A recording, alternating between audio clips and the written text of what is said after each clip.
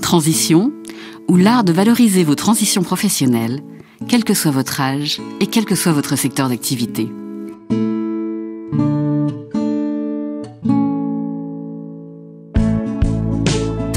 Bonjour, je suis Mireille Garola et nous parlons aujourd'hui de transition professionnelle. Je vous donne rendez-vous à 14 h, chaque 4e mardi du mois, pour notre nouveau rendez-vous mensuel.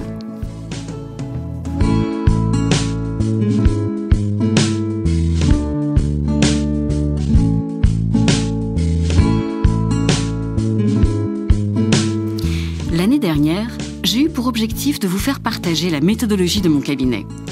Nous parlions alors d'une approche de la transition professionnelle. Il s'agissait de définir qui vous étiez, d'écrire votre CV, de répondre à des offres et bien sûr d'activer votre réseau. Cette année, le focus de nos émissions sera un tout petit peu différent. Le temps consacré à transition est augmenté d'1 quart d'heure et j'ai décidé cette fois-ci de faire appel à des professionnels de divers secteurs qui vont vous donner leur avis, leurs conseils et leurs trucs et astuces pour que vous viviez ces périodes de transition avec le maximum d'atouts dans votre jeu. Mon invité d'aujourd'hui est Igor Kayzel-Perron du cabinet d'Executive Search Eric Salmon & Partners.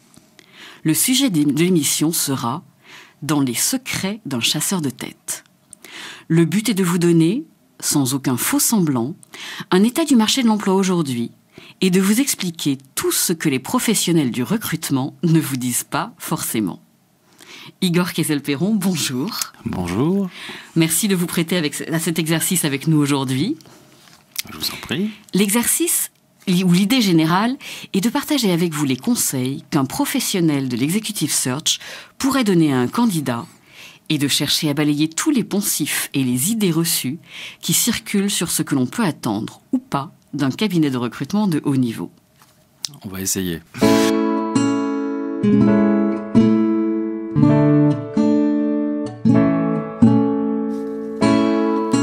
Tout d'abord, y a-t-il des critères d'âge pour vous adresser des CV ou pour s'adresser tout simplement à un cabinet de recrutement ?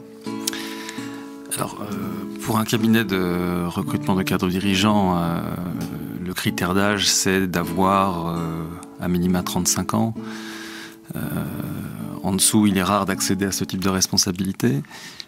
On peut avoir quelques postes de personnes, de jeunes trentenaires pour des postes type chef de cabinet ou des postes dans le conseil qui sont déjà des postes assez capés. Après, la question, c'est l'âge maximum. C'était je vous vois exactement venir. ça. Bon, vous savez que la France est le mauvais canard de l'Europe si on prend l'emploi des 55-64 ans.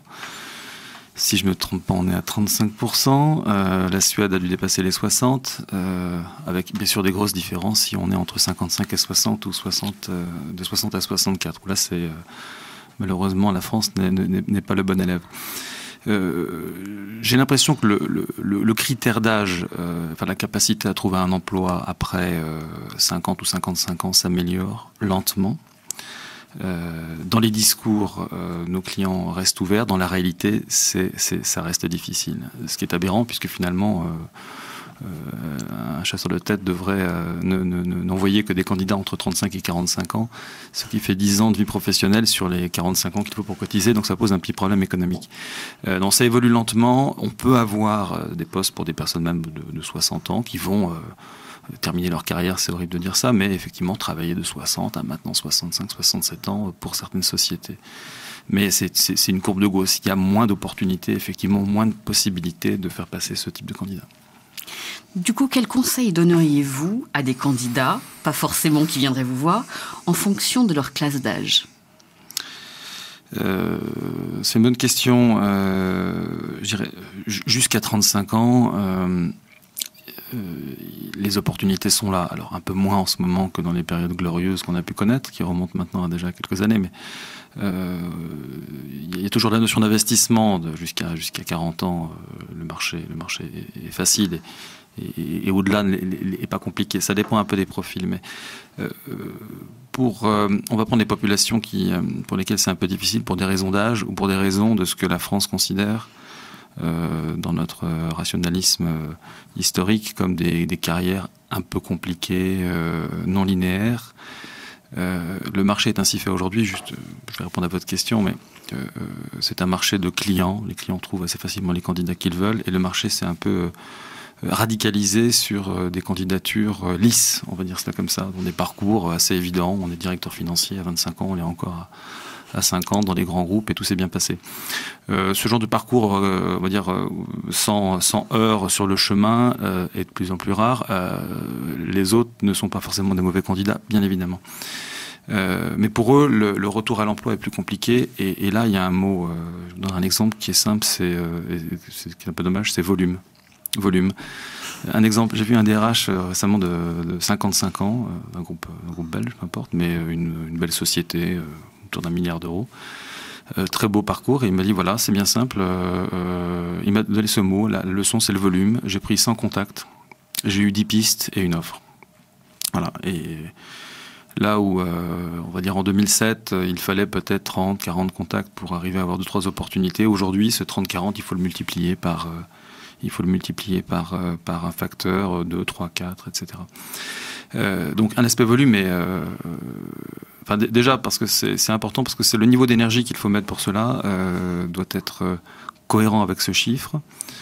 C'est un programme de travail aussi qui doit prendre en compte cela. Donc se dire je vais tout régler en 3 mois, c'est compliqué d'avoir 100 contacts en 3 mois, mais c'est un travail qu'on peut découper en obligations de moyens pour arriver à ce résultat que tout le monde veut. Et c'est l'état du marché aujourd'hui, j'espère que ça changera. Ensuite, dans les techniques d'approche, moi je suis toujours un peu surpris par... le mail, c'est extraordinaire. Il y a tout dans le mail. Je vais faire une image peut-être sur cette radio qui serait pas bonne, mais il y a trop de facilité dans le mail, et nos boîtes mail sont de toute façon, comme tout particulier, plus qu'engorgées. Et il y a une impression de voilà, j'ai fait un clic et j'ai envoyé un mail à un chasseur. Souvent, certains mettent d'ailleurs tous les chasseurs en copie et on le voit. Donc ça, c'est déjà éliminatoire, parce qu'en termes de personnalisation, il y a mieux.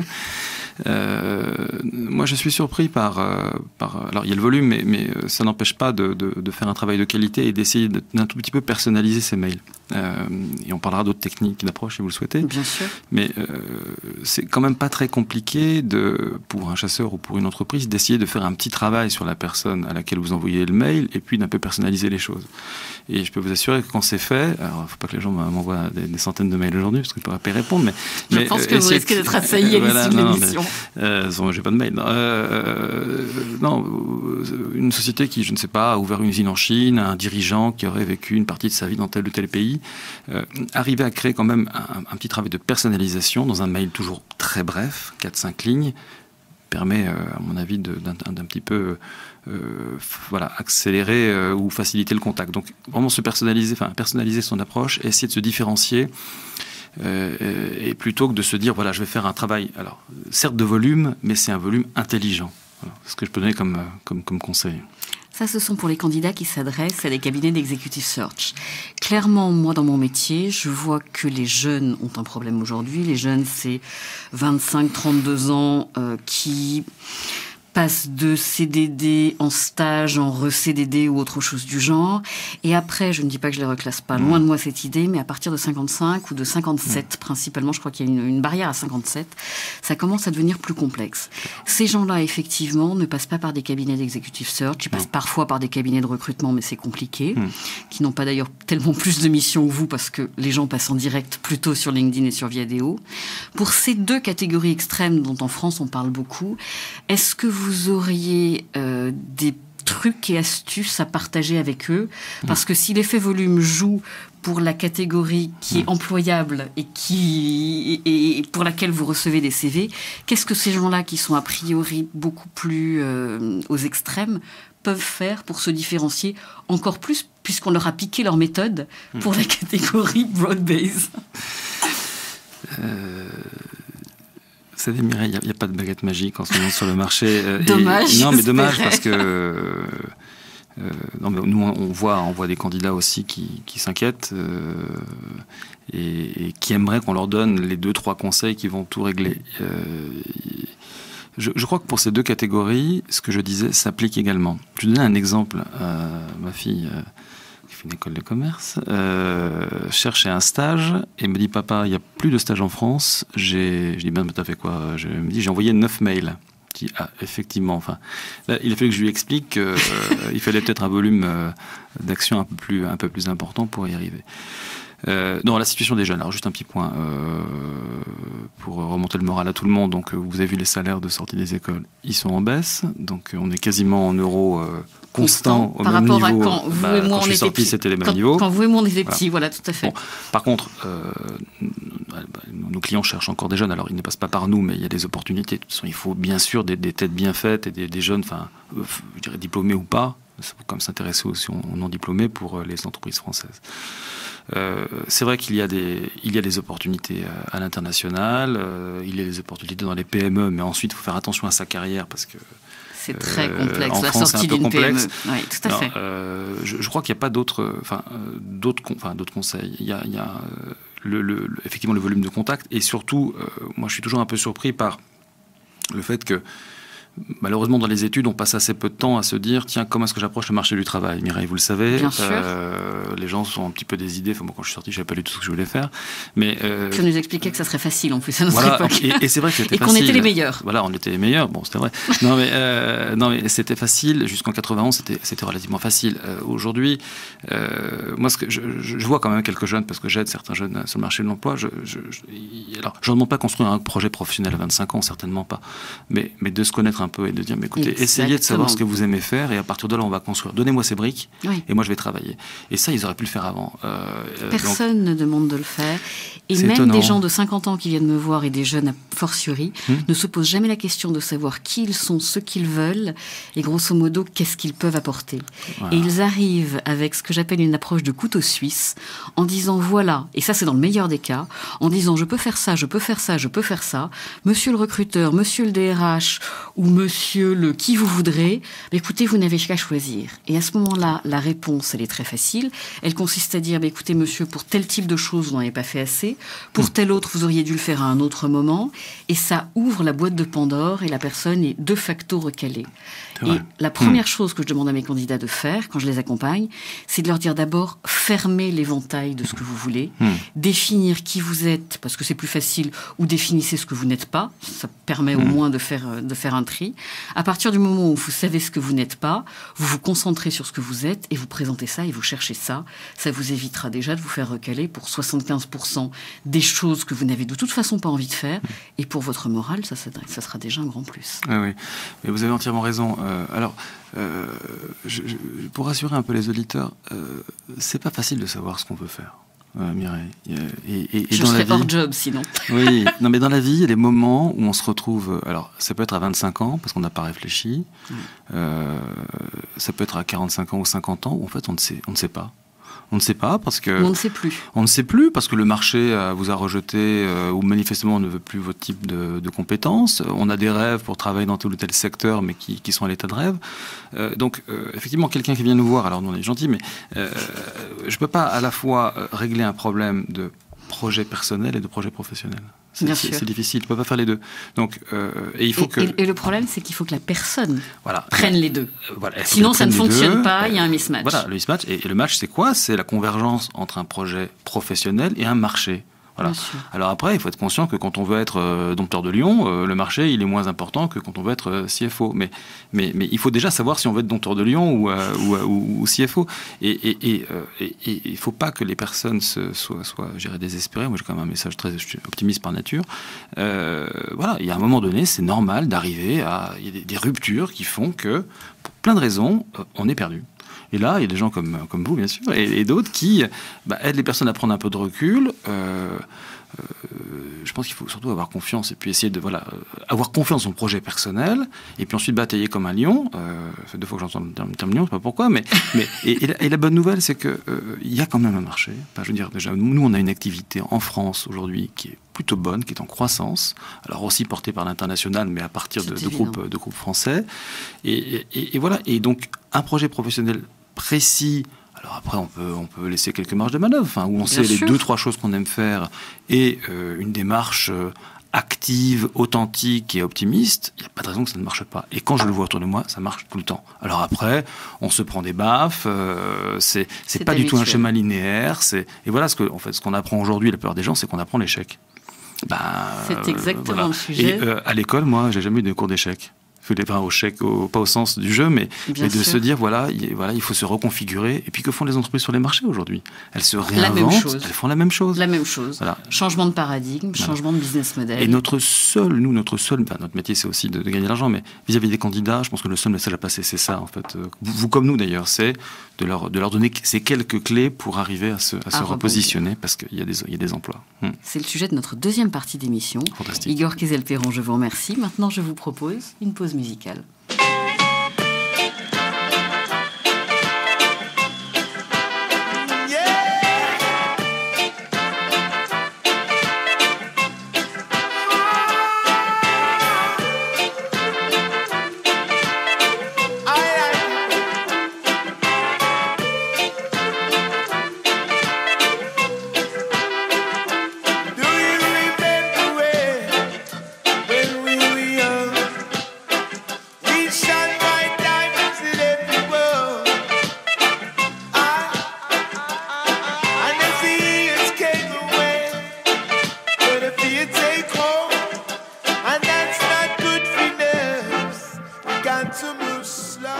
Je vous rappelle notre thème d'aujourd'hui, dans les secrets d'un chasseur de tête.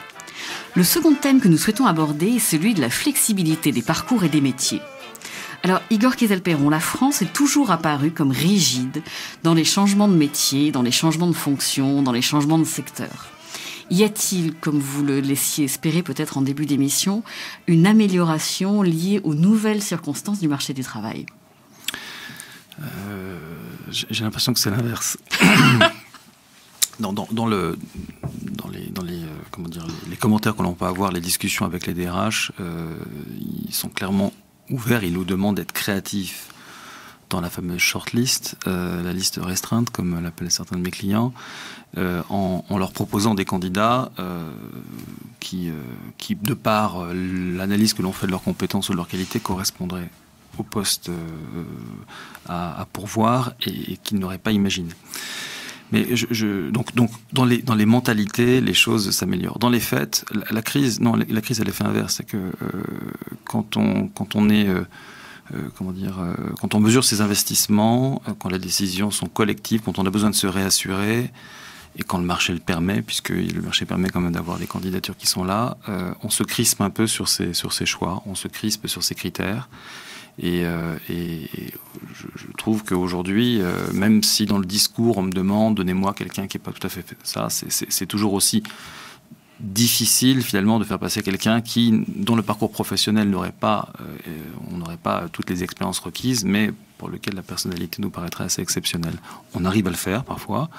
C'est là qu'on doit batailler un peu avec nos clients, mais ça reste en France plus difficile que dans les pays anglo-saxons, c'est clair. Et c'est très dommage, et c'est même un drame humain.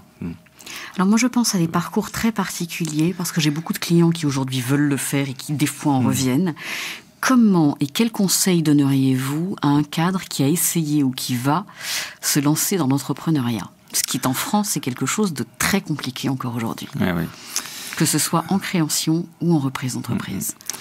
Est-ce que vous valorisez le fait qu'il essaye, ou est-ce que vous valorisez le fait qu'il ait essayé et qu'il se soit planté ? Les deux. Alors, essayer, ça dépend jusqu'où il va dans sa démarche. C'est une question importante, parce que c'est vrai que le marché de l'emploi étant un peu plus, difficile, ou ayant des réflexes un peu pétrifiés, certains se disent pourquoi pas créer une société. Excellente idée, il faut des entrepreneurs, d'un point de vue macroéconomique, on en a besoin. Ensuite, c'est quand même très compliqué de créer une entreprise. Enfin, c'est compliqué, pas non plus décourager tout le monde, mais ça nécessite une énergie, une capacité de rebond, un optimisme, une capacité d'adaptation à tout craint. Donc, on est d'accord. Un tout petit peu se tester sur ces qualités-là. On est tout à fait d'accord. Donc, partir pour... un entrepreneur, le premier jour, il y a 3 événements qui viennent lui dire que ça ne marche pas. Enfin, et son entourage, les concurrents des produits. Le bon est celui qui va se persévérer. D'ailleurs, la persévérance dans l'entrepreneuriat, c'est un beau sujet parce que jusqu'où faut-il persévérer. Mais voilà, il faut avoir en soi un mental d'acier, un projet clair, certes. Mais vous savez, les business models de départ, ensuite celui de l'arrivée, c'est pas tout à fait le même. Donc, être capable de faire ça, se donner un temps, dire voilà, il faut que je me donne 1 an, 2 ans, et tenir financièrement, et avoir quand même les moyens pour pas mettre sa famille en péril, parce que si c'est pour que tout le monde stresse dans la famille, c'est pas la peine. Mais il y a certains prérequis pour lesquels moi je conseillerais aux gens de le faire. Est-ce que je valorise ? Évidemment. Évidemment, quelqu'un qui est capable de prendre des risques, de persévérer, de se battre tout seul, je trouve que c'est remarquable. Et évidemment, il y a des cas de réussite. Enfin, moi, je vois autour de moi des amis je suis tout jeune, mais qui, à l'approche de la cinquantaine, créent des sociétés, ça commence à fonctionner. Personne n'y croyait, et c'est fantastique. Mais il y a un certain élément prérequis, mais c'est comme pour trouver un emploi. Est-ce que vous avez en vous, c'est pas les gènes, mais le mental pour le faire ? Parce que c'est une question de mental. Et ensuite, il faut avoir l'honnêteté de se dire j'arrête et je repars ensuite sur le marché du travail. Voilà. Donc, pour certains qui ont vraiment envie de le faire, je dirais allez-y. Donc, un entrepreneur raté est recasable en entreprise. C'est ça que j'entends. Parce que mes clients me disent, quand ils ont raté leur entreprise, ils me disent je suis bon à rien. J'ai été licencié et en plus j'ai raté ma boîte. Oui, et là, pour les remonter, c'est compliqué. C'est compliqué. C'est très compliqué. Non, on peut avoir certains commentaires de clients qui disent je comprends pas. Enfin, c'est une caricature. Cette personne a créé une société, donc c'est un rebelle. J'ai pu l'entendre, mais bon, vu le marché aujourd'hui est quand même de plus en plus perturbé, donc on a ce type de parcours. On arrive à les faire, bien sûr, à les présenter à des clients, mais effectivement, il ne faut pas que l'échec de la carrière soit ensuite confirmé par un échec de la création d'entreprise. Et donc, nous, notre rôle, c'est de leur dire, écoutez, voilà, on fait un trait là-dessus, on fait un deuil, et c'est pas grave, vous avez loupé pour telle ou telle raison, maintenant, vous pouvez repartir sur un projet professionnel. Donc, bien évidemment, on en discute avec eux. Et à nouveau, moi, pour ceux qui savent en faire le bilan, il y a des choses vraiment extraordinaires à tirer d'une création de société. En termes c'est vraiment l'application de toutes les qualités que l'on cherche, d'adaptation, de remise en cause, de persévérance, etc. Est-ce que vous avez aujourd'hui l'impression que certains secteurs ou certaines fonctions sont plus demandées que d'autres, sans parler d'âge ? Secteur, alors ça dépend de quel pays on parle, parce que nous on a une couverture internationale. Niveau mondial. Et en France en particulier ensuite. En France, alors au niveau mondial, vous savez, je dis souvent, moi j'ai des candidats qui me disent, mais Igor, quelles sont les sociétés qui recrutent ? Je dis, mais, vous savez, oui.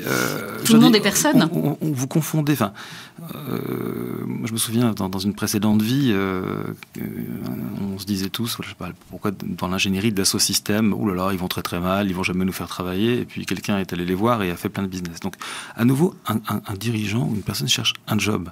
Donc commencer à faire l'analyse stratégique d'un Alstom ou d'un, je sais pas quoi, d'un Valeo, qui va d'ailleurs très bien, en se disant tiens, oh là là, la pauvre société, elle fait 2% de croissance seulement, il n'y aura pas de job. C'est pas vrai. C'est pas vrai. S'il y en a un, il faut qu'il aille le chercher. Donc, au niveau mondial, je dirais, nous, on travaille dans tous les secteurs, tout va bien. Parce que il y a un cycle positif de l'automobile, l'aéronautique, c'est un cycle de production. Enfin, et puis je vais pas faire de macroéconomie. En France, je dirais, ce qui va bien, c'est la santé va toujours bien, puisqu'on est de plus en plus âgé, toujours plus malade. Le commerce, la distribution nous fait relativement travailler parce que non pas qu'il y ait une croissance de consommation, ça serait d'ailleurs c'est une décroissance, mais il y a une telle remise en cause des modèles que ça crée quand même pas mal de nouveaux jobs. Donc avec le e-commerce, avec le merchandising, etc. L'industrie, c'est vrai que les postes, nous on travaille dans l'industrie toujours, mais aujourd'hui l'industrie, je sais pas, 70% de mes missions, c'est le Japon, la Chine, l'Inde, la Malaisie, l'Allemagne, etc. Donc il y a quand même dans les fonctions dirigeantes et même COMEX, puisque certains COMEX partent à l'étranger, peut-être un peu moins de postes dans l'industrie. Mais à nouveau, à l'échelle d'un individu, on cherche toujours des très bons DG, bien sûr, directeurs commerciaux, directeurs industriels, directeurs de l'engineering, etc. Comment vont les services en France, hors les services informatiques, e-commerce et cabinets de conseil ?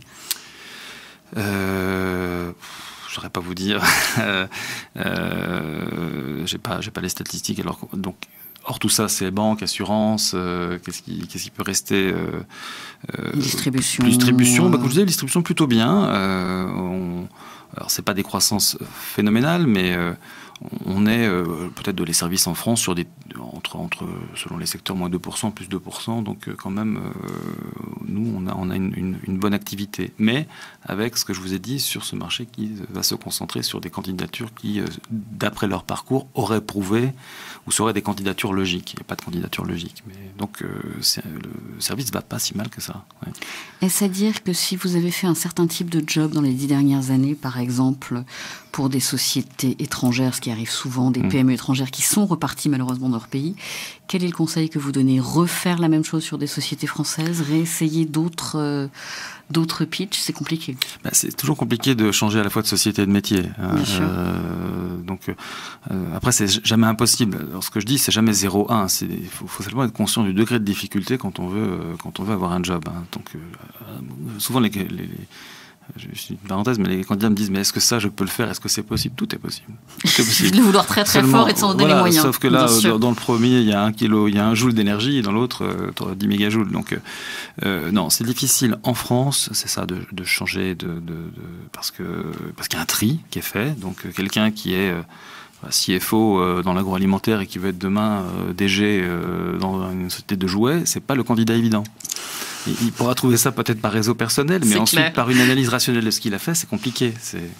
Non, mais je veux dire simplement changer. Par exemple, il y a beaucoup de CFO ou de DG à qui on a demandé de faire des plans sociaux ces dernières années et qui disent « Moi, je ne veux surtout pas être réembauché pour faire ça. Ça fait 5 fois que je fais ça, je suis usé. » Oui, mais le fait d'être usé, c'est pas un facteur c'est pas ça qui dirige une vie. Faut pas partir. Enfin, on peut pas changer de métier pour ne plus faire le métier d'avant. Enfin, c'est ce qui va se passer. Mais il faut avoir un projet. Il faut le vouloir une chose et le démontrer qu'on en a quand même quelques capacités. Donc, et puis après, il y a des réalités de marché. Donc, quelqu'un qui me dirait ça, il y a des CFO qui passent DG. Moi, j'en vois plein. Peut-être un peu plus qu'avant d'ailleurs. Mais voilà, se mettre dans une configuration où l'entreprise permettrait qu'ils prennent un bout de business unit et puis etc. Puis ils s'expriment comme DG. Mais quelqu'un qui vient nous voir en disant voilà, je veux être DG parce que j'ai plus envie d'être CFO, je dis c'est super, mais je cherche quelqu'un qui veut être DG ou qui peut l'être. Donc ça ne répond pas à la question que je peux me poser. Bien sûr. Après, je comprends l'individu. On a le droit d'être usé par un métier. J'ai quelques amis d'ailleurs, par exemple CFO qui peuvent l'être. Mais bon, derrière, c'est pas le tout de se dire je veux plus faire A, comment je construis B. Et voilà, il faut se connaître à nouveau, vos capacités, ce que la personne aime faire. On n'est jamais aussi bon que dans ce que l'on aime faire. Quelle est la réalité du marché? Et puis derrière, on en fait un plan de travail. Est-ce que vous êtes aujourd'hui appelé sur des missions autres que de la recherche de salariés en CDI? Est-ce que ça commence à venir en France ou est-ce que c'est encore très tâtonnant? Vous voulez dire par exemple des missions à durée déterminée? Soit des missions à durée déterminée, soit des conseils d'administration, soit toute autre chose que le CDI classique dont on dit qu'il est mort. Oui, alors il n'est pas si mort que ça. Nous sommes appelés, alors effectivement, d'ailleurs de plus en plus on fait des recherches d'administrateurs pour des sociétés de tailles diverses. On fait aussi de l'évaluation de conseils d'administration. Et il y a beaucoup d'évaluations de dirigeants dans cas de fusion ou pour évaluer leur potentiel à évoluer. Donc tout ce qu'on appelle l'assessment. Merci beaucoup. Amis auditeurs, je vous retrouverai toujours avec le même plaisir le mois prochain. En attendant, bonne rentrée et à bientôt.